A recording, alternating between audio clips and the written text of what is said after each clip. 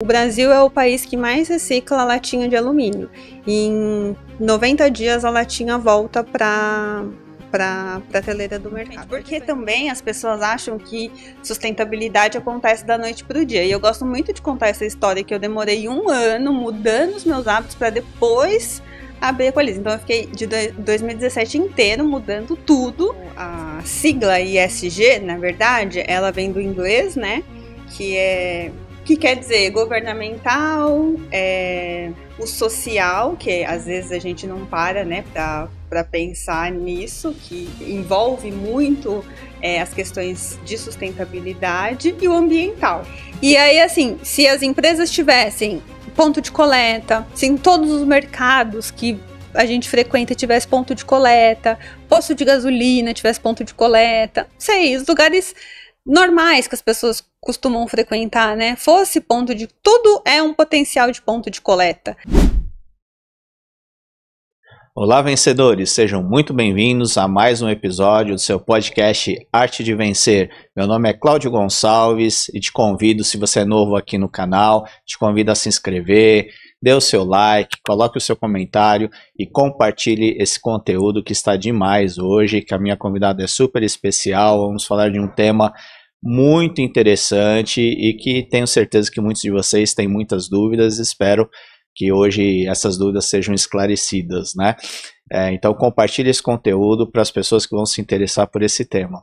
Antes de apresentar a minha convidada, quero agradecer ao Espaço da Audição, uma empresa de aparelhos auditivos com mais de 300 pontos de atendimento em todo o Brasil, com o melhor custo-benefício para você. Aparelhos à prova d'água, para você ter uma liberdade e autonomia no seu dia a dia, podendo fazer a sua atividade física, a sua hidroginástica com muita tranquilidade, aparelhos recarregáveis, de alta conectividade, porque você consegue parear com o seu celular, com a televisão, enfim, eles têm uma tecnologia fantástica, vale a pena conhecer e o preço e as condições de pagamento são imperdíveis.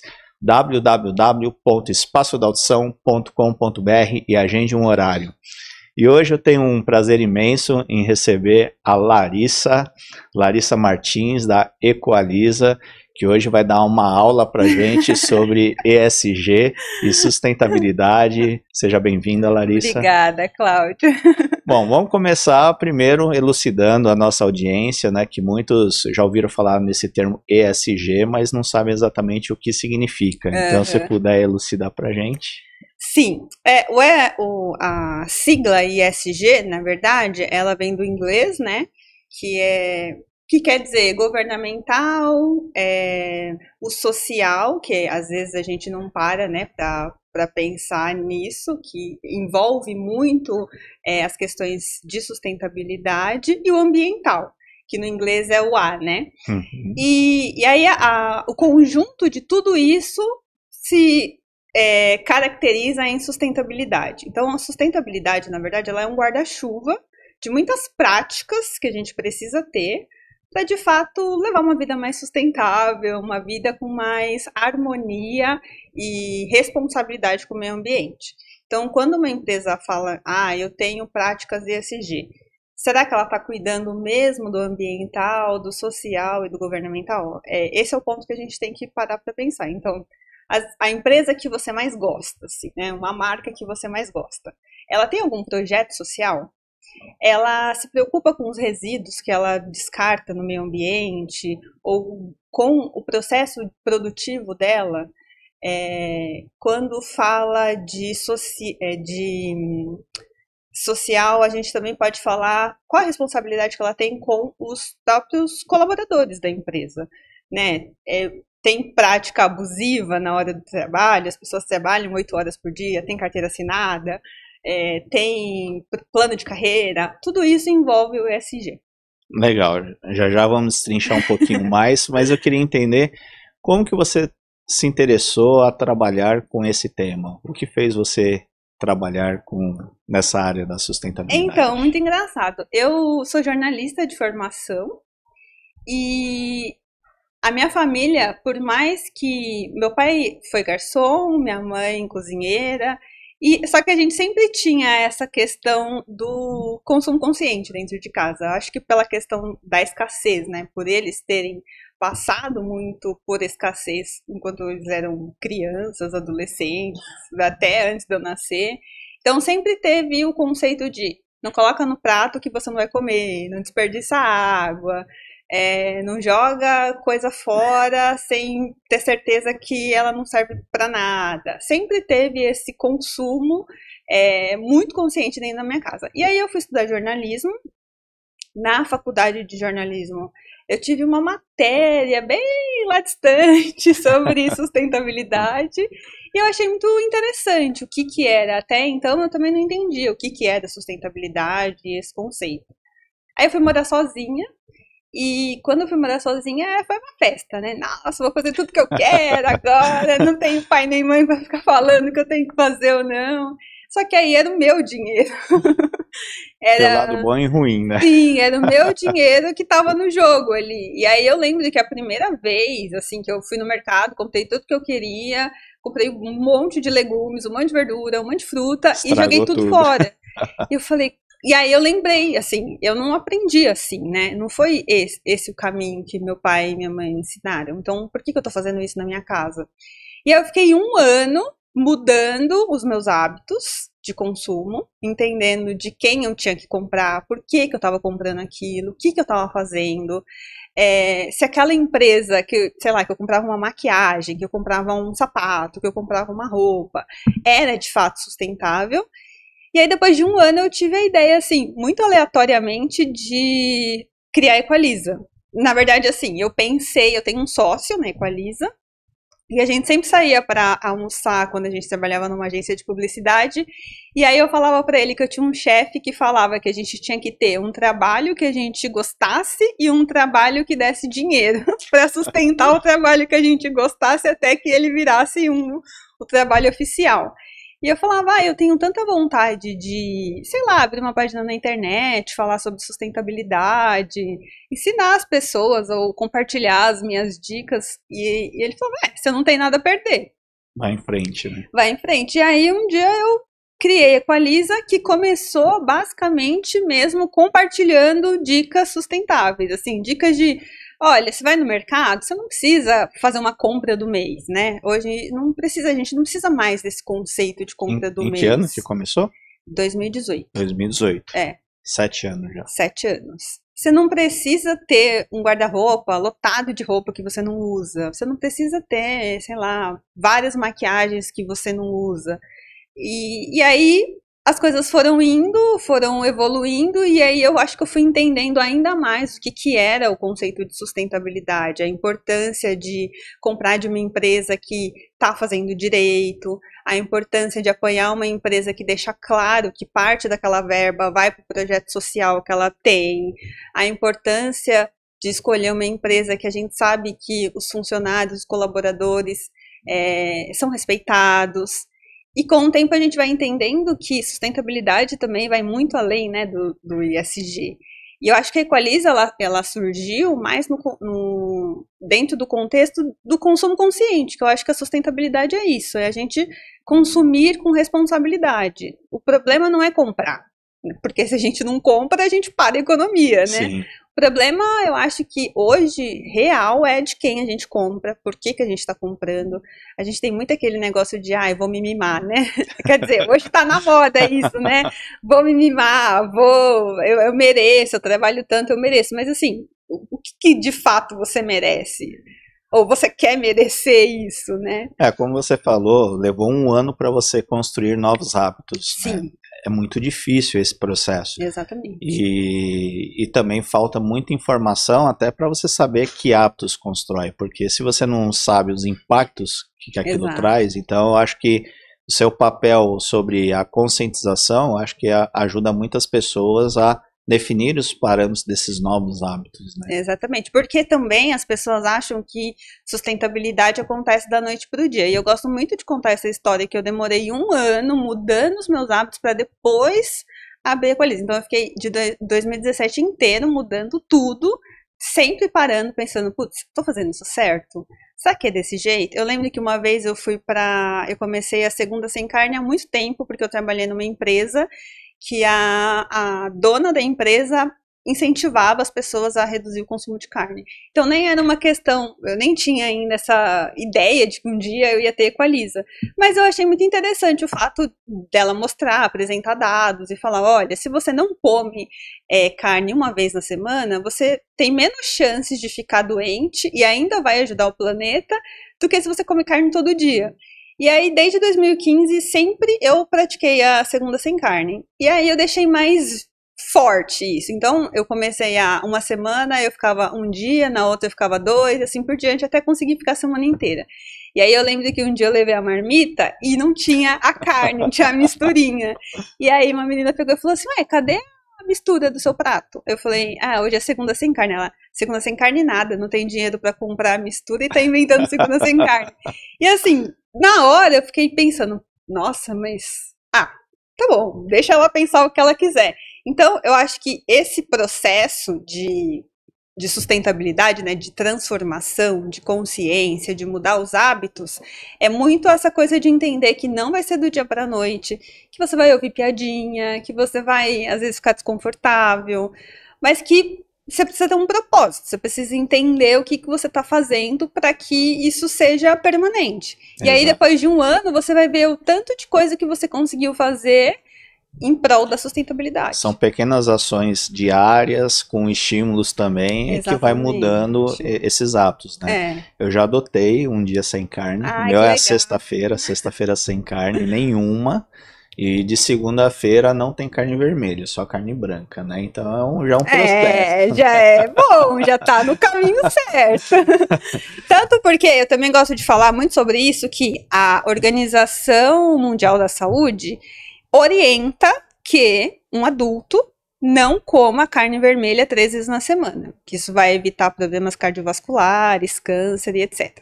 A Sociedade Vegetariana Brasileira indica que você fique pelo menos um dia sem comer carne. Então, se você consegue juntar Organização Mundial da Saúde e Sociedade Vegetariana Brasileira, você tem 4 dias sem comer carne. Mas, se você consegue fazer se você consegue fazer 2... isso é o que importa. O equilíbrio, né? É o que importa. Eu, sinceramente, não acredito que o mundo vai ser vegano, porque a nossa cultura não é essa. Mas que pode ter hábitos mais saudáveis, sim, né, também, e buscar um equilíbrio. Exatamente. A gente pode fazer o que for possível. Assim, eu vou ser a chata que vou na casa da minha mãe no almoço de domingo e não vou comer a carne de panela dela, que é uma delícia. Não vou fazer isso. Ou vou na casa de uma tia que faz uma comida que eu gosto e aí, eu não como carne. Não. Mas dentro da minha casa, se eu posso não comer, eu vou preferir não comer. Porque eu sei que eu vou estar fazendo a minha parte. Eu fiz questão de trazer você aqui hoje porque é um tema que a gente ouve falar muito, porém as pessoas têm muitas dúvidas ainda. Nós temos alguns desafios ainda pela frente. Tivemos grandes avanços, mas os desafios ainda são gigantes, né? E também nós não temos muitas pessoas hoje que abordam de uma forma bem didática e consciente, ajudando as pessoas a mudar esses hábitos, né? Eu queria falar um pouquinho sobre até um processo até mais simples, né? Que eu acho que onde tudo começa, que é o processo de reciclagem. Sim. Né? O Brasil hoje, ele recicla apenas 4% de todo o lixo que ele gera. É muito pequeno. É um dos países que está na lanterna, né, no mundo. Em comparação à Alemanha, que é o país que mais recicla, ela recicla em torno de 60%, né? Acho que o Japão que mais recicla. O Japão recicla 96%. 96%. Olha só. É muito, né? É muita diferença, né? Você atribui isso a essa dificuldade em relação ao tamanho do nosso país, que dificulta criar infraestrutura, porque falta infraestrutura, conscientização e tal. E quanto maior, talvez mais desafiador, ou não. Você pegar o Japão, a Alemanha, são países relativamente pequenos, né? Você atribui essa complexidade também a isso, ou falta de interesse também, ou as duas coisas ao mesmo tempo? Não, é legislação. A gente precisa de legislação que seja mais rígida e que, de fato, tenha interesse em criar políticas que funcionem. A gente tem a política de resíduo sólido que é um enfeite, não funciona como deveria funcionar. E aí as poucas empresas que têm interesse em fazer a reciclagem da maneira correta, elas barram na legislação. Então, assim, aí entra aquela coisa. eu quero fazer, mas eu tenho dificuldade da legislação. E tem a empresa ali do vizinho que não está fazendo. Para que eu vou fazer? Então, não cria um estímulo para as empresas de fato, né, fazerem. Então, se fosse uma regra, uma vez eu fiz até um post, né, com a Lisa, e se todo o lixo que você produzisse fosse parar no seu quintal? Você teria mais consciência do quanto você descarta? Pois é. E o que acontece é que, quando uma empresa de, sei lá, iogurte faz lá o potinho do iogurte e coloca isso no mercado e vende, a responsabilidade agora é do consumidor. Só que se o consumidor ele não tem uma orientação, e também para o consumidor precisa ser bem estruturado, né? Porque o consumidor não quer sair da casa dele para descartar o lixo corretamente. Vai ficar sempre nesse ciclo de eu vou produzir, eu indico que a embalagem é reciclável, e aí se você quiser descartar ela da maneira correta, você descarta. Só que a reciclagem, ela é uma responsabilidade coletiva, desde quem produz a quem descarta, e quem recebe esse material para fazer a reciclagem. Então, eu acho que o principal problema hoje do Brasil é a legislação. O governo não se interessa como deveria se interessar, ao mesmo tempo, o produtor também não se esforça porque não tem ninguém que obrigue ele, e o consumidor não tem consciência ambiental, infelizmente.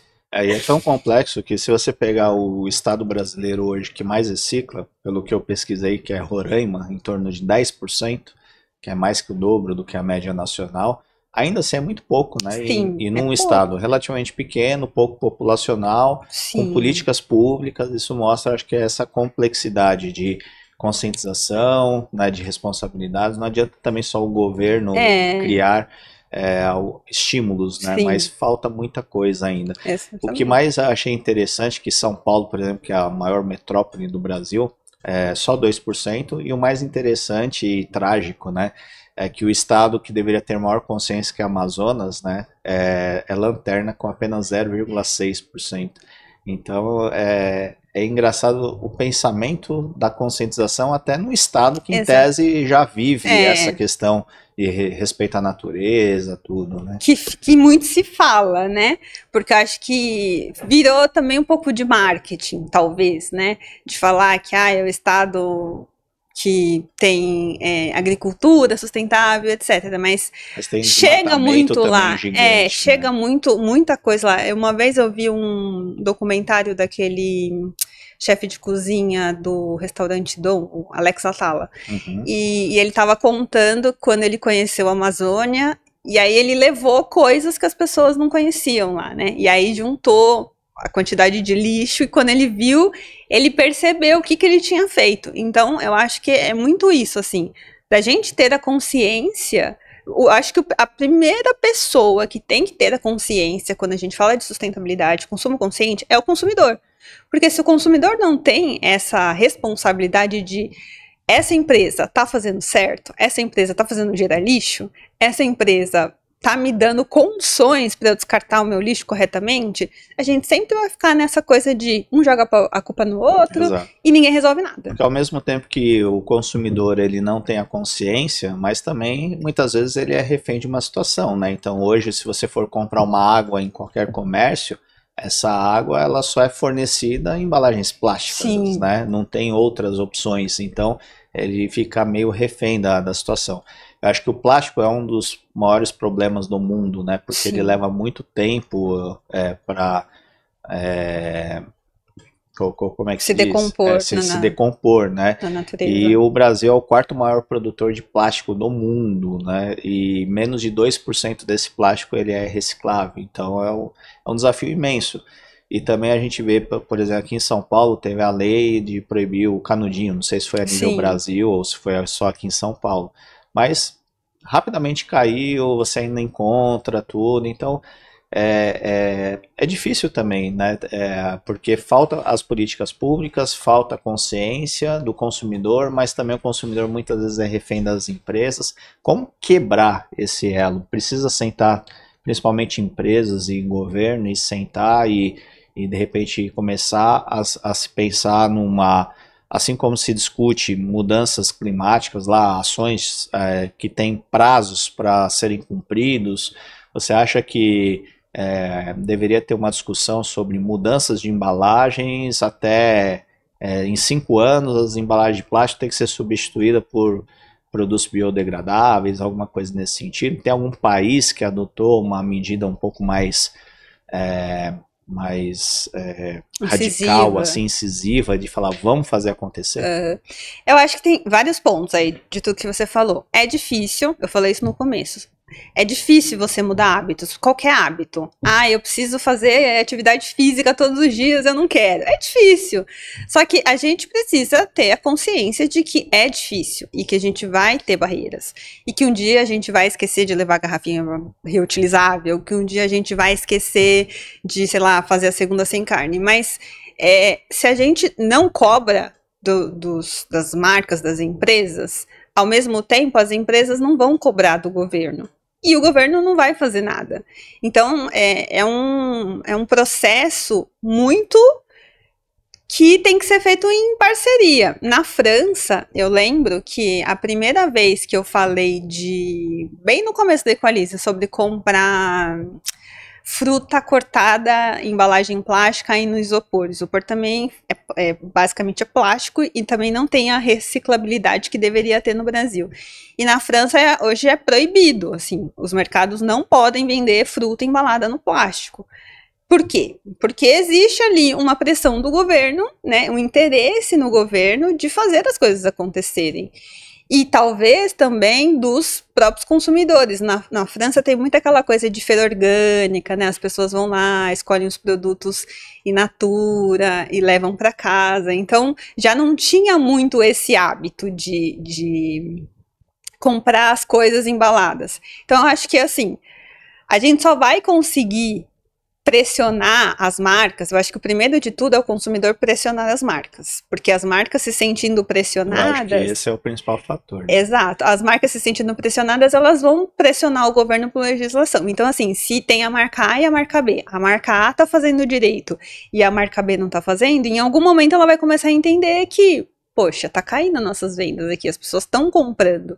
E tem muita gente que fala assim, ser sustentável é caro. Não é caro. Não é tudo uma questão de ponto de vista, né? Do mesmo jeito que eu posso comprar o carro mais caro e o carro mais barato, eu posso ter uma vida sustentável nível caro e nível barato, sim, né? Nível consciente e nível com mais conforto. O problema é que a escala dessa sustentabilidade se torna cara, né? Exatamente. Quando você escala. Então, assim, eu acho que as pessoas precisam... Vou até usar um trocadilho, equalizar as suas decisões e assim, sempre cobrar por medidas que sejam efetivas, seja da marca, seja do governo. E hoje a gente já vem numa geração de jovens, né, que hoje já procuram deixam de consumir produtos que têm embalagens plásticas, né, então isso tem já feito um movimento, muito pequeno, mas sim, já é um movimento. Sim, é muito pequeno, né? Infelizmente. Você até falou que a gente tem vários, no começo, né, você falou assim, a gente tem vários desafios, a gente tem muitos desafios, né, são desafios que eu acho que só falta um pouquinho de atenção do consumidor. Por exemplo, pode falar o nome de marca aqui? Claro, pode. Shein. Shein é uma potência mundial, assim, e a gente sabe o que acontece com a Shein. A Shein, e assim, não é segredo pra ninguém, não tô acusando ninguém aqui, porque se entrar no Google e ver, vai achar. Tem trabalho escravo, tira mais da terra do que o necessário, e assim por diante. Então, assim, se todo mundo continuar comprando na Shein, o que vai acontecer? A Shein vai continuar, a Shein vai continuar comprando. Aí, quando você precisa comprar alguma roupa, ou você vai, sei lá, você faz uma viagem e você vai numa feirinha de produtores regionais. Você chega lá e tem uma peça por, sei lá, R$200. Aí você fala que é caro. Mas você não leva em consideração, né, a maioria das pessoas não leva em consideração que foi um trabalho artesanal, de uma pequena produtora, que ela dedicou ali um tempo importante para fazer aquilo, que não teve trabalho escravo, que não teve... ela não tirou da terra mais do que ela precisava para fazer aquilo, e que aquele valor que ela está cobrando é o valor justo. Agora, quando a gente pensa de comprar mais do que a gente precisa, alguém está pagando a conta. Pode não ser você, mas alguém vai estar pagando essa conta e não vai estar pagando da maneira certa. Então, assim, enquanto o consumidor não tiver consciência do que ele está fazendo com o dinheiro dele, onde ele está colocando o dinheiro dele, para quem ele está dando a energia dele, eu acho que a sustentabilidade ainda vai demorar muito, assim, não sei se meus filhos vão ver um mundo mais sustentável. Esse que é o grande problema, todo mundo conhece os impactos, né, que traz, mas é aquela situação, às vezes o fato de pensar só em si, falar assim, bom, até isso acontecer, né, Exatamente, o impacto não vai ser para mim, vai ser para os outros, né, então assim, eu acho que esse é o grande problema. Existe a informação das consequências, e se discute muito, principalmente as climáticas, aí, que a gente vê, a gente fala o tempo todo, tá nas mídias, mas não muda, né? As pessoas continuam agindo da mesma forma. É aquele negócio também que você mencionou. É muito difícil mudar todos os hábitos. Exatamente. Mas começa, faz um pouquinho que você faz, se todo mundo fizer um pouquinho, o reflexo já é gigante, com né? Certeza. Não precisa querer ser 100% sustentável, porque a gente sabe que é muito difícil. Mas algumas pequenas ações do dia a dia já ajudam. E uma prova disso, de que o apelo tem que vir do consumo, que foi o que aconteceu com os laboratórios que deixaram de usar animais, né, para teste e tudo. Isso só aconteceu porque houve pressão de movimentos, né, vários movimentos que começaram a ir para cima disso, né. Então, acho que essa questão da sustentabilidade precisa se criar mais movimentos para que realmente mude legislação, mude impactos. Hoje, um cosmético, essas coisas, hoje as pessoas já têm uma certa preocupação, ver se foi testado em animal, se não foi. Então, produtos que tem, né? Tinha muitos produtos no passado que eram derivados do petróleo, que causavam câncer e diversas outras doenças. Então, existiu ali um movimento forte e leis que de fato foram, né, precisam ser cumpridas. Mas enquanto a gente não levar em consideração que você, como consumidor, é a pessoa que mais tem poder para mudar alguma coisa, a gente vai continuar correndo atrás do rabo. Exato. E a gente discute muito hoje vários pontos de sustentabilidade. Tem a questão da reciclagem, diminuição de pegada de carbono, né, produtos veganos. Hoje, principalmente na agricultura, tem se reduzido muito a quantidade de agrotóxico, uso de inteligência artificial e drones, né? Então, você acredita que a tecnologia pode ajudar dentro desse processo? Sim, muito. Assim, tecnologia, inovação é resultado de sustentabilidade, assim. Acho que não caminham separadas. E a gente já usa tecnologias, acho que as pessoas não têm muito essa noção, mas a gente já usa tecnologia em prol da sustentabilidade, mesmo que não seja uma pessoa ultra sustentável, em muitas coisas.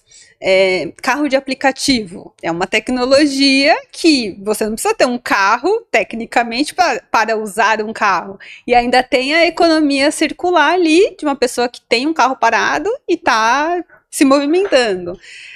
Sei lá, alugar uma casa, você aluga através da tecnologia. Tem diversas outras coisas que a gente faz com tecnologia em prol da sustentabilidade.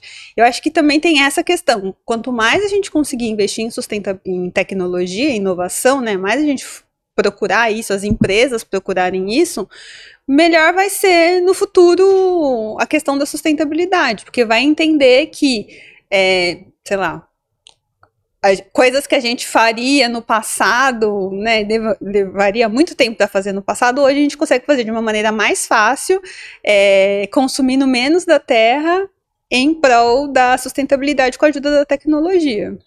Mas você acredita que as empresas, por exemplo, você citou carros de aplicativos, por exemplo, essas empresas hoje, como a Uber, a 99, o que elas podem fazer para estimular, por exemplo, a frota de carros elétricos, para tirar esses carros de combustão? Sim. Existem iniciativas que essas empresas podem adotar também que possa contribuir, porque a gente sabe que são milhares de veículos todos os dias circulando. De repente enquadrar mas ao mesmo tempo a gente sabe que o carro elétrico ainda é um grande desafio por questão de custo e por uma questão também de infraestrutura, de carregamento e tal. Como que a gente busca esse equilíbrio, né? Como a gente equaliza tudo isso? Eu sei que a 99, ela está investindo bastante em carros de aplicativo. Aí eu acho que também entra um pouco da questão da educação, né? Educação no sentido de levar informação para as pessoas. E também da pessoa buscar informação, né? Então eu acho que as empresas precisam educar os seus clientes e os seus colaboradores para que a tecnologia de fato funcione, né? Não adianta você ter uma ultra tecnologia para resolver um problema, né? Tecnologia resolve problemas. Só que você não ensinar, não explicar e não mostrar os benefícios daquilo. Então, acho que quanto mais as empresas também investirem em educação para os seus clientes e colaboradores, mais fácil vai ser a aceitação. Eu fiz uma visita na HP alguns meses atrás, e a gente estava falando muito sobre eles falarem, divulgarem mais as suas ações ESG. E aí, engraçado que eles falaram assim, olha, a gente tem muito problema com compliance, porque a gente tem medo de cair no greenwashing. Então, às vezes, as empresas, né, algumas poucas empresas responsáveis, até estão fazendo muitas coisas. Só que o medo de cair no greenwashing e acaba não comunicando os seus clientes, acaba gerando esse conflito que você acabou de colocar aí. Como que a gente consegue equalizar? Eu acho que é difícil você pensar assim, que as pessoas entram no Google, eu vou pesquisar aqui sobre carros elétricos. A maioria das pessoas não fazem isso, né? Vou pesquisar aqui como diminuir o meu consumo. As pessoas não vão fazer isso. Então, a partir da educação, né, acho que do marketing social, e aí a gente volta de novo no SG, eu acho que vai ficar mais fácil das pessoas entenderem o que a gente pode fazer para ter uma vida mais sustentável, como trazer a tecnologia para o nosso lado em prol da sustentabilidade e assim por diante. Então, é um papel também das empresas gerar esse conteúdo educativo para que as pessoas consigam analisar. Isso é bom? Isso não é bom? Eu posso fazer isso? Não posso fazer isso? Acho que está claro a importância do papel das empresas dentro desse processo. Sim. E muitas hoje se discute muito essa questão de ESG. Agora, uma dúvida que sempre fica, é para uma questão de marketing ou efetivamente essas empresas têm práticas que realmente podem mudar a consciência de uma sociedade? Muitas, a maioria, e eu não vou assim ter medo de dizer, é marketing. Eu não acredito, tem muita coisa que eu vejo que eu falo, eu não acredito que eles tenham a coragem de fazer isso e achar que tá certo, assim. Mas aí não tem um erro de critério das organizações que dão selos de sustentabilidade para empresas que, em tese, não colocam isso em prática? Então eu falo porque, assim, hoje um dos grandes problemas que a gente tem é a bateria de lítio, que ela é altamente reciclável. Né? É uma grande solução. Sim. Mas num país que não consegue reciclar coisas mais simples, como é que vai fazer com a bateria de lítio? Né? Então, como que você vai dar um selo de sustentabilidade para quem vende, mas não tem a obrigação de ter condutas de depois pegar essa bateria, ter um processo de reciclagem e tal? É bem complicado esse processo. Né? Eu acho que, assim, tem muitas empresas que tiram selos, criam selos, inventam selos e, sei lá, adotam selos que nem existem. E também tem um problema que, assim como existe o departamento de marketing da empresa, o RH, as empresas não têm estruturado um departamento de sustentabilidade. E tem muitas empresas que colocam lá no site sustentabilidade, só que não tem um departamento. Você vai perguntar, eu posso falar com o gerente do departamento de sustentabilidade? Não existe essa pessoa. É alguém do marketing que cuida, sabe? Então, isso dificulta o processo, porque se você não tem um profissional que é capacitado, que entende, que vai entender de tudo, né? O que precisa ser entendido e vai orientar as outras áreas, porque o departamento de sustentabilidade, na verdade, ele vai ter o papel de orientar os outros departamentos. Então, assim, o departamento de marketing quer fazer uma campanha que vai emitir vários folhetos. Por que não faz isso com alguma coisa digital? Talvez, né? Mas o problema é que aí faz toda essa parte do folheto fica digital, mas aí investe numa embalagem maravilhosa, exatamente, porque isso ajuda a vender e tal. Exato. Então, eu acho que essa questão do marketing, né? Do marketing dizer, eu sou sustentável, eu tenho um selo ESG, é um erro de processo, um erro de não entender a importância de ter um profissional, e às vezes também é aquela coisa, tem uma verba X para fazer várias coisas. É mais importante nesse momento a gente fazer uma campanha aqui para vender o produto do que investir alguma política dentro da empresa para melhorar os processos de ESG da empresa. Então, de novo, a gente fica sempre nesse impasse. É triste dizer que o Brasil ainda é muito embrionário na questão de sustentabilidade por causa disso.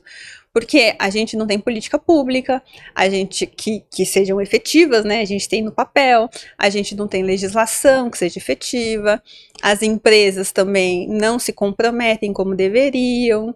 É difícil você falar que você tem um selo ESG, sendo que você não tem nem um departamento de sustentabilidade. E aí o consumidor, como que ele toma a decisão dele, sendo que ele vê essas certificações, tudo, a empresa se diz certificada, mas tem alguma dica que você possa dar para um consumidor entender se aquela empresa realmente é certificada, se ela cumpre requisitos de sustentabilidade?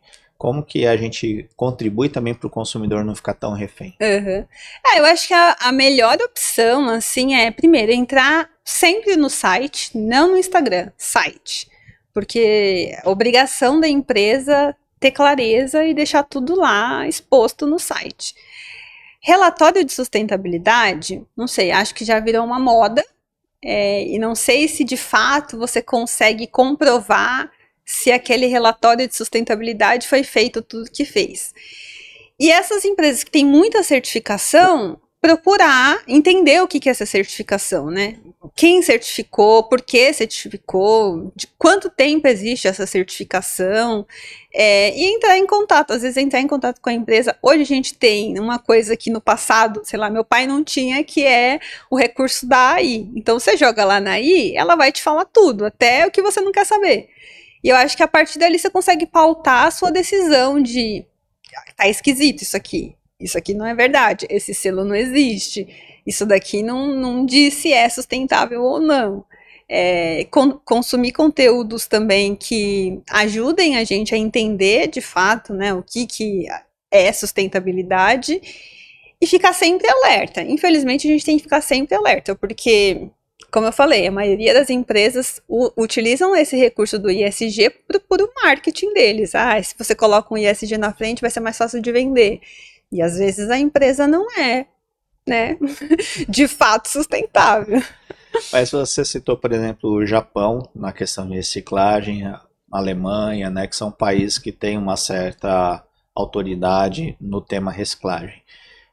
Eles só têm um processo de reciclagem bem efetivo ou houve mudanças também significativas da indústria para inovar nas embalagens? Porque hoje você vai no supermercado, hoje quase tudo que você vê é embalagens plásticas, né? Existe um movimento das indústrias lá em transformar as embalagens, que na grande maioria é em plástico, em produtos biodegradáveis? Então, o que eu sei desses países que reciclam de verdade acontece o mesmo processo da nossa latinha de alumínio. O Brasil é o país que mais recicla a latinha de alumínio. Em 90 dias a latinha volta para a prateleira do mercado. A diferença do alumínio para o plástico é que o alumínio ele é infinitamente reciclável e reciclado, então ele não perde propriedade quando ele passa pela reciclagem. O plástico já perde. Eu sei que o plástico que é reciclado, ele volta como embalagem de novo. E quando ele perde o processo dele de reciclabilidade, ele não perde o processo, né? Ele perde as propriedades. Então ele vai virando um plástico de menor qualidade. Ele aí sim ele é descartado para não mais usar ou ganha nova vida. Então eu acho que hoje aqui no Brasil o que não acontece é que o plástico ele não volta, que aí é um problema que eles já conseguiram resolver, e não ganha nova vida, que é um problema que a gente também ainda não conseguiu resolver. Então, assim, o problema talvez não é que assim, o plástico é um problema porque ele demora para se decompor, etc, etc. Mas se a gente desse nova vida para o plástico, ou se ele realmente voltasse como outro tipo de embalagem, talvez não fosse tão poluente. Que esse é um problema que os outros países já entenderam e já arrumaram solução para isso. Então, talvez o processo mais simples seja reciclar mais e melhor. Dar uma nova vida. Antes de pensar em mudar toda uma. Sim, uma primeiro forma. passo eu acho que é reciclar, assim. Tá mais perto das cooperativas, assim, as cooperativas elas sofrem muito, porque não tem apoio, não tem recurso, não tem maquinário. Então eu acho que, assim, se cada empresa que a gente tem no Brasil apoiasse uma cooperativa de reciclagem, já resolveria muita coisa. Já resolveria muito. No prédio que eu moro, tem uma empresa chamada Muda, que ela recolhe, tem todos os compartimentos lá para você descartar o lixo corretamente. Eles recolhem esse resíduo e doam para as cooperativas de reciclagem. Assim, isso mas não tem todo condomínio, né? Nem todo síndico acha que isso é uma coisa importante. Para um morador de um prédio, isso é lindo, porque assim, você não tem que ir até um centro de reciclagem para fazer o descarte correto. A única responsabilidade que você precisa ter é lavar o seu potinho, né, para não juntar bicho, né? Da consciência também, né? Exatamente. Então, assim, é difícil você pensar que o cara vai querer sair da casa dele para descartar o lixo corretamente. Porque as pessoas têm que ter consciência que, às vezes, o fato de ele, no apartamento dele, não fazer a lição de casa, ele condena todo o lixo do prédio, né? Exatamente. E aí, assim, se as empresas tivessem ponto de coleta, se em todos os mercados que a gente frequenta tivesse ponto de coleta, posto de gasolina tivesse ponto de coleta, sei, os lugares normais que as pessoas costumam frequentar, né? Fosse ponto de... Tudo é um potencial de ponto de coleta. E todos esses materiais que fossem coletados, fossem destinados para reciclagem, eu acho que a gente resolveria ali metade dos problemas. E aí depois das empresas, né, que compram esse material, ter a consciência também de comprar o material para reciclagem e de empresas terem a consciência de dar nova vida para coisas que não podem mais ser recicladas. Eu acho que esse seria um bom caminho assim para gente. E para uma empresa é possível mensurar o benefício de ser sustentável? Eu acho que redução de custo. Assim, pensar de maneira lógica e consciente, né, consumir de maneira consciente é redução de custo. As pessoas acham que é gastar mais, mas não é assim. Isso, assim, a gente pode pensar em vários temas do nosso cotidiano. Deixar de comer carne, né, pelo menos uma vez na semana. Provavelmente você vai reduzir o seu custo no mercado ali muito, porque carne é cara. Sim. Mas e para uma empresa?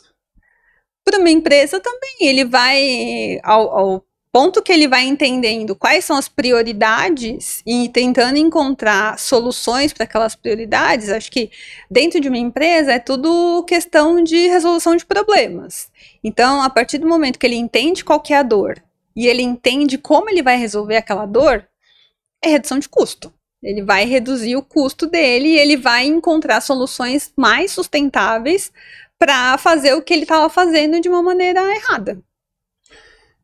Se essa prática ajuda as empresas a reduzir custos, que é um grande objetivo da maior parte das empresas, né? O que falta então para essas empresas darem um passo adiante? Porque assim, eu já ouvi algumas coisas do tipo assim, o meu produto até gostaria de fazer num outro tipo de embalagem, né? Porém, ela é menos resistente do que o plástico, e aí eu corro o risco de um processo logístico se perder a mercadoria. Então, tem às vezes empresas que têm até vontade de adotar algumas medidas, mas esbarra às vezes em processos logísticos, né, que são complexos dentro do nosso país, e que às vezes se pensa que o problema que você pode ocasionar de perda de material seja maior do que, às vezes, o que você vai trazer numa inovação, numa redução de custo, mudando uma embalagem, por exemplo.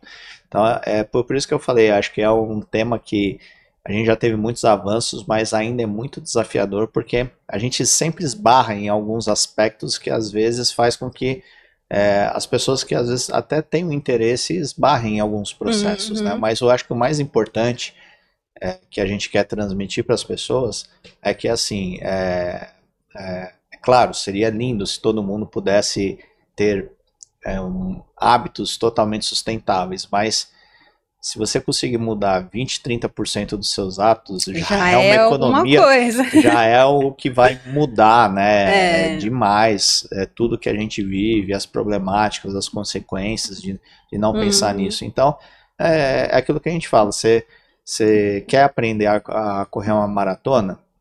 Primeiro passo, põe um tênis, né? Faz uma caminhada, depois você vai correr, vai aos pouquinhos, né? Os hábitos são difíceis. Você que é uma pessoa extremamente consciente, levou um ano, imagina quem ainda não tem a consciência. Mas é aquele processo, nos pequenos detalhes, do mesmo jeito que hoje muitas pessoas já olham essa questão dos produtos veganos, vamos dar uma atenção principalmente para o nosso lixo. A gente consome muito lixo, né? E você vai no supermercado também, você olha as prateleiras e fala, caramba, né? Tudo aquilo um dia vai virar lixo, né? Então, assim, é bem desafiador.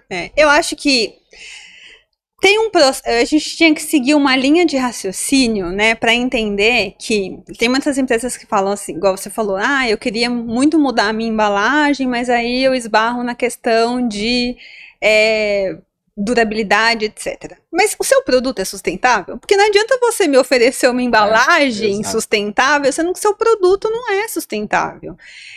Então, eu acho que as empresas também precisam ter consciência do que é oferecido. Tem muita coisa que não tem como a gente não ter, né? Sei lá. A gente foi uma vez visitar a Pirelli, a fábrica da Pirelli em Campinas, que é uma das mais sustentáveis do mundo. E assim, eles produzem pneu de carro, que é um produto que tem um grande impacto no meio ambiente. Só que eles produzem de maneira sustentável, eles conseguiram resolver o problema. Então, o primeiro passo, eu acho que para todo mundo, para uma empresa, ou para a pessoa que mora sozinha, mora numa família, é entender qual que é a problemática da rotina, né? A problemática da produção. O que eu estou produzindo? Estou produzindo uma maquiagem feita a partir do petróleo e eu vou colocar numa embalagem sustentável para dizer que eu sou sustentável?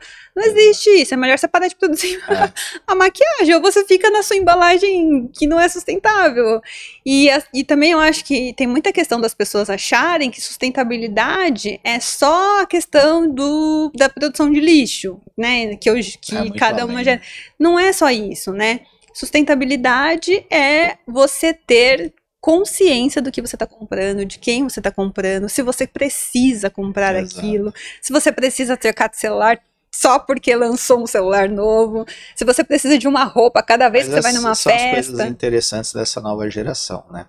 Eles não são consumistas, eles vivem com menos coisa, eles não querem ter aquele 50 pares de sapato, né? Eu acho que tá. Eu acho que há controvérsias, por causa muito em questão dessa potência que é a Shein, assim.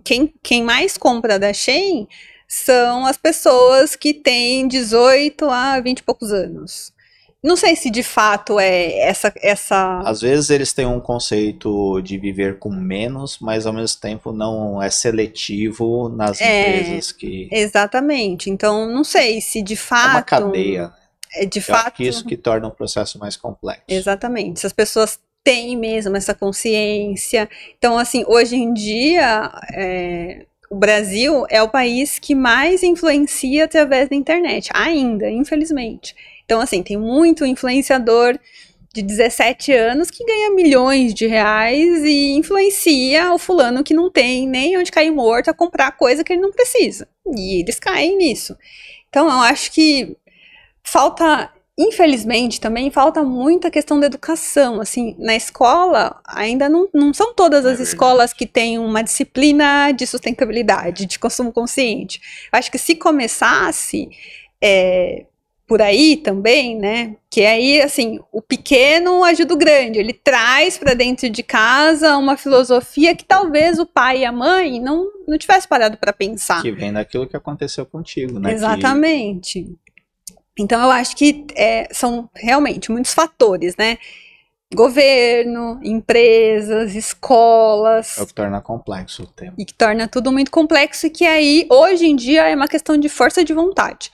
Para você querer praticar a sustentabilidade, hoje você tem que ter força de vontade. Putz, eu vou sair ali, esqueci minha garrafa d'água, eu vou ficar com sede. Até eu encontrar um lugar para tomar água e não precisar comprar uma garrafinha.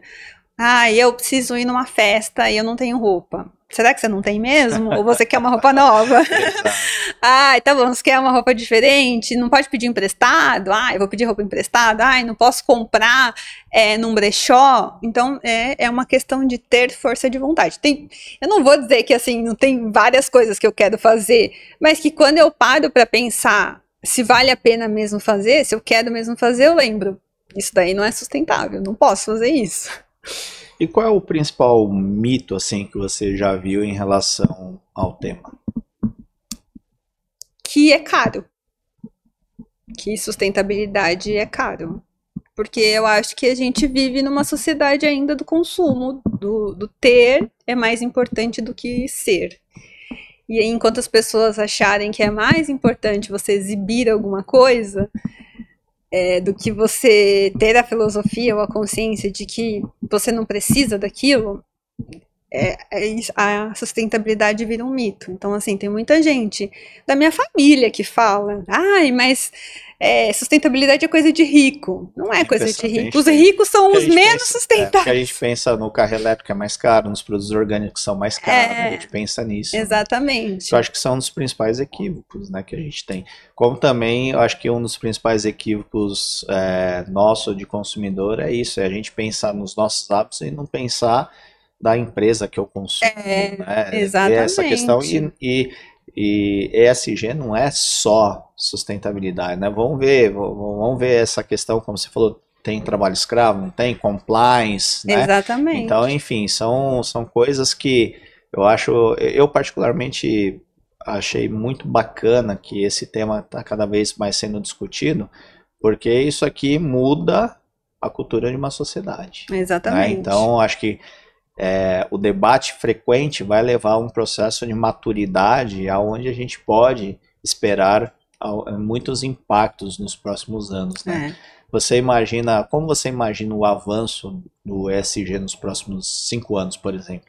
Você acha que a gente vai estar num nível muito mais avançado ou você está pessimista ainda? Eu ainda tenho um pouco de pessimismo, infelizmente. 5 anos eu acho que é pouco ainda para as empresas entenderem, para as pessoas entenderem, se a gente não conseguir mudar o fator de educação e informação. Se as próprias empresas têm medo de expor o que elas estão fazendo por conta de compliance, por conta de medo do greenwashing, é importante, assim, não vou dizer que não é importante ter medo do greenwashing, porque tem muitas empresas que fazem greenwashing, mas eu acho que precisa ainda de mais boa vontade das empresas de quererem, né, fazer as coisas, de quererem comunicar, de quererem educar os clientes, porque no final das contas, a pessoa se ela tem dinheiro, ela vai comprar o que ela tem vontade de comprar. Se não tem o fator educação, a chance de uma empresa que não é sustentável conseguir vender para aquela pessoa vai ser muito maior do que a que não que tá fazendo a coisa certa. A gente pega as pequenas empresas, né, que já nascem com DNA sustentável, elas sofrem muito porque não tem dinheiro para investir em marketing, então elas estão sempre competindo com as empresas que têm muito dinheiro para investir em marketing, às vezes não tem uma equipe gigantesca para conseguir escalonar, e aí tem aquela empresa que tem uma fábrica, então vai ser sempre mais difícil, assim, se a gente para pensar. Eu queria muito, assim, meu sonho que um dia a gente conseguisse viver uma vida sustentável, né? As pessoas, por mais que a gente pare para falar que ninguém é 100% sustentável, eu não sou 100% sustentável, mas eu ainda acho muito difícil a gente acreditar que as pessoas vão acordar e falar, não vou comprar dessa marca porque essa marca não é sustentável. E assim, tem uma coisa simples, vou até dar um exemplo. Você falou assim, qual que é o maior mito? Eu não tenho carro. Eu tenho 35 anos e aí quando os meus amigos falam, como que você não tem carro? Não existe isso, assim, mas eu moro do lado do metrô. Eu não preciso de carro, porque a gente tem trânsito, a gente mora em São Paulo, a gente nunca consegue chegar em lugar nenhum se a gente não sair uma hora antes. E assim, carro é um fator ali de consumo. Se eu não posso comprar um carro elétrico, então eu não tenho carro. É melhor eu não ter carro. Porque ainda tenho que pagar todos os impostos do carro, toda a dívida que um carro traz. Então, eu acho que assim, tem essa coisa da gente ter que ter essa boa vontade de entender a nossa rotina. Lógico, se eu tivesse um filho, se eu tivesse uma família, talvez o carro fosse importante. Mas eu também conheço um monte de gente que é solteiro, que não tem filho, Sim. que não é casado, e o carro é importante para a questão de status. Então eu acho que é por esses e outros motivos que, infelizmente, eu acho que daqui 5 anos a gente ainda vai estar falando de sustentabilidade, coisas básicas, sabe? Coisas pequenas que já poderiam ter sido resolvidas. E aonde que a Larissa, com a Equaliza, consegue ajudar a sociedade ou as empresas que querem ter iniciativas em ESG, como que elas fazem? Então, a Equaliza, o principal objetivo dela existir é para compartilhar ideias sustentáveis, né? Então, o nosso papel como portal, né, de notícias é conectar as empresas conscientes aos consumidores conscientes. E até mesmo as empresas não conscientes, né? Das pessoas entenderem, olha, essa empresa aqui, talvez você tenha que tomar um pouco de cuidado. Talvez ela esteja comunicando uma coisa que não é verdade. Talvez você tenha que abrir seu olho. Então, o nosso papel é levar informação. Como eu falei, falta educação, falta as empresas educarem os seus clientes. E eu acho que a Equaliza, ela existe para isso, para ajudar as pessoas a entenderem coisas que elas não entenderiam, coisas que talvez não passaria no Jornal Nacional, não passaria no Fantástico, né, que talvez não fosse interessante para passar na grande mídia. Então passa aí pra gente o endereço do portal, as redes sociais, para as pessoas que quiserem. Equaliza.com.br é o nosso site e @Equaliza é o Instagram. No link da bio tem todas as nossas redes, a gente tem um podcast também. Queria que você falasse um pouquinho rapidamente sobre o seu podcast, também você traz muitos conteúdos, especialistas. O nosso podcast também surgiu como objetivo de aprofundar temas, então um assunto que talvez não fosse possível falar num texto ou num vídeo de 1 minuto no Instagram, profundidade, a gente consegue falar lá no podcast. Então o podcast ele tem o principal objetivo de levar assuntos sobre sustentabilidade, a gente só fala de sustentabilidade, coisas que as pessoas não iriam ver em outro podcast, talvez, né? Então a gente fala de mobilidade elétrica, a gente fala de alimentação à base de plantas, a gente fala sobre moda consciente, sobre consumo consciente, sobre reciclagem. A gente consegue abrir mais o leque da sustentabilidade e fazer com que as pessoas entendam temas que não são comuns por aí. Que deveriam ser, né? E lá no portal tem cada receitinha, maravilhosa que eu vi. Tem mesmo. Uma dica prática para quem está nos assistindo, que quer começar a praticar sustentabilidade. Que dicas fáceis e práticas que as pessoas que estão nos assistindo podem adotar, que já é um primeiro passo para uma construção de um novo hábito? Acho que é analisar a rotina. Não adianta você querer falar, hoje eu não vou usar mais garrafinha plástica. Analise sua rotina, entenda onde você está errando. Faz uma lista, anota, olha, nossa, hoje eu comi carne em todas as refeições. Nossa, hoje eu usei 4 copinhos plásticos na empresa, sendo que eu não precisava. Nossa, comprei uma roupa com poliéster. Enfim, eu acho que a gente analisar primeiro o nosso hábito, a gente vai entender a nossa dor. E a gente entendendo a nossa dor, a gente vai conseguir encontrar o melhor remédio para essa dor. Que foi o que eu fiz, assim. Eu não virei uma pessoa sustentável da noite pro dia. Então, cada dia eu ia analisando, assim, durante 3 meses eu percebia que eu estava descartando o frasco do shampoo. Putz, isso aqui é reciclável? É reciclável. E onde que eu descarto isso? Não sei. Bom, então vamos mudar o meu shampoo por um shampoo sólido, porque aí eu não tenho que descartar nada.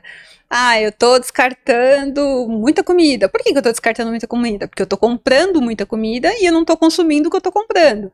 Então, acho que o primeiro passo para todo mundo é analise a rotina. Depois de você ter analisado a sua rotina, mesmo que você demore 1 ano para analisar, que eu acho que é muito, mas eu acho que em 3 meses você consegue analisar bem o que você está fazendo de errado e o que você pode melhorar.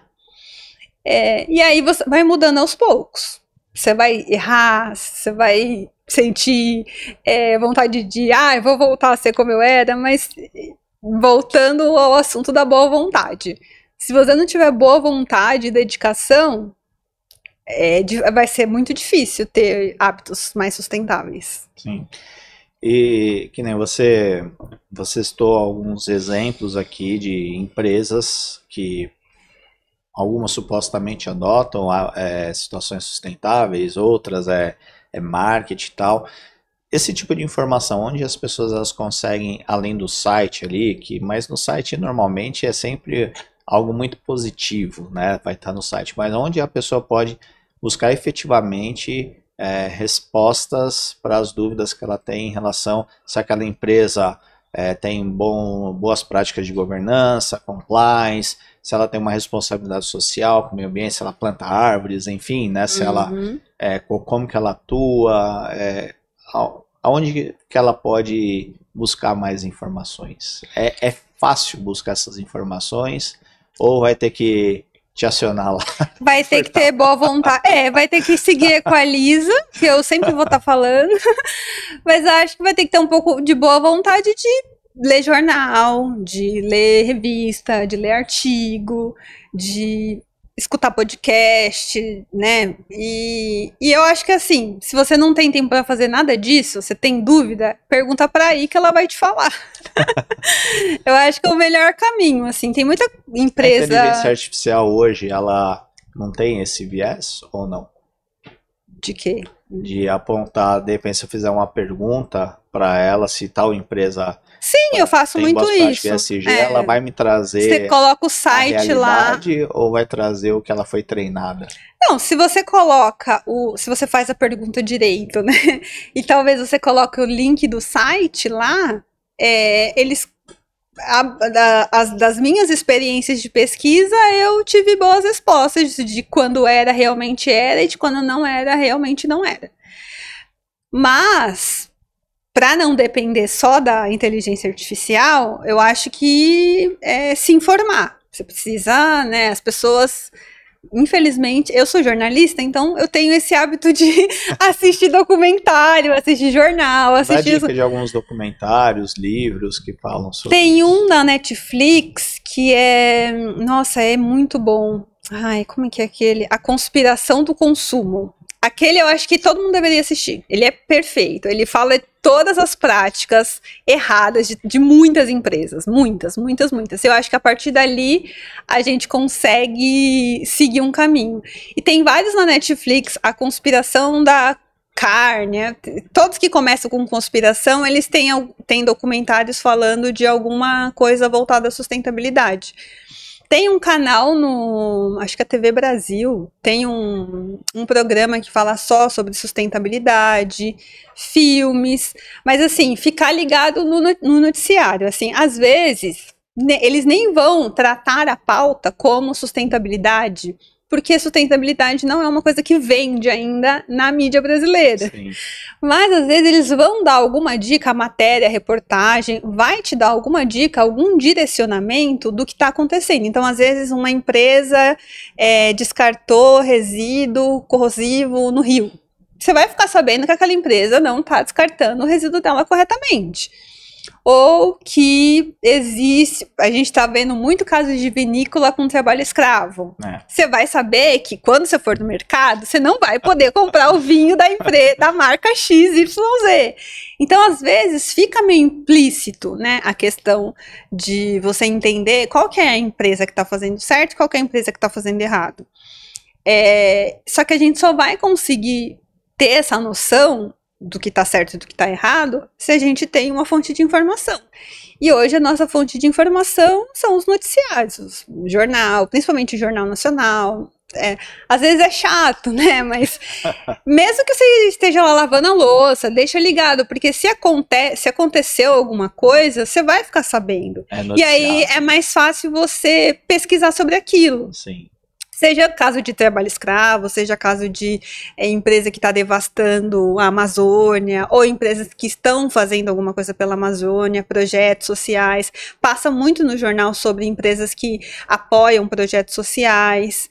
Então, eu acho que o caminho mais fácil das pessoas tentarem entender o que as empresas estão fazendo ou não é através da internet e televisão, né? Novela, nem todo mundo gosta de assistir novela, mas novela tem muitas cenas que são marketing social, que eles falam, de coisas que as pessoas podem fazer para ter uma vida mais sustentável. As novelas estão pegando muito forte nesse assunto, porque muita gente assiste novela, né? O Brasil inteiro assiste novela. Às vezes a trama pode não ser tão boa, mas, sei lá, assistir uma vez ou outra também pode ser um caminho.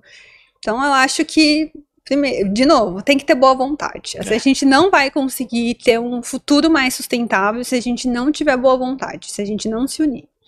Legal. Larissa, agradeço aqui a sua presença. Já acabou? Queria aqui a tarde toda falando com você. O tema é muito amplo, daria pra gente discutir, até a inteligência artificial, que não é nada sustentável também. Também. Né? Mas quero te agradecer pela sua participação. Vou deixar aberto aqui para a nossa audiência, que eu tenho certeza que muita gente vai ter muitas perguntas. Vou pedir para que vocês coloquem nos comentários as perguntas que vocês têm, as dúvidas que vocês têm. Vamos direcionar para a Larissa, claro. tá respondendo também. Ou se quiser mandar lá no nosso Instagram também, a gente direciona. O importante é que a gente traga clareza para todas as pessoas, não fiquem com dúvidas, perguntem, porque eu acho que começa por aí, a construção do hábito começa eliminando as dúvidas. Com certeza, e assim, podem entrar lá na Equaliza, mandar mensagem no direct, mandar e-mail, pode perguntar tudo, que eu acho que quando a gente pergunta, sem medo, né, de parecer que a gente está fazendo uma pergunta besta, é o primeiro caminho para a gente conseguir entender o que está acontecendo e como que a gente pode ir atrás da mudança, né? E só um recadinho final, então, para quem está nos assistindo, como é ter uma vida em busca de uma vida sustentável? Dá para ser feliz? Dá para ser feliz, olha, eu vou dizer que a sustentabilidade me abriu muitas portas, me trouxe muitas experiências boas, experiências não tão boas também, mas assim, eu não tenho privações na minha vida por ter uma vida mais sustentável. Eu levo uma vida normal.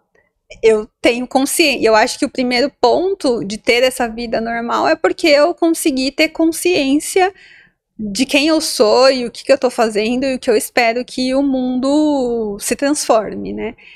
É difícil no começo, mas é gratificante depois. Quando eu olho para trás e penso, nossa, eu já tô há 7 anos fazendo isso, eu tenho muito orgulho do que eu tô fazendo. Sem dúvida. Parabéns pelo trabalho. Espero que o seu trabalho ajude milhares e milhões de pessoas a expandirem a sua consciência em relação à gravidade do tema também, que eu acho que é o mundo que a gente vive, a gente tem que pensar nisso. Sim. Até nas nossas próximas gerações também.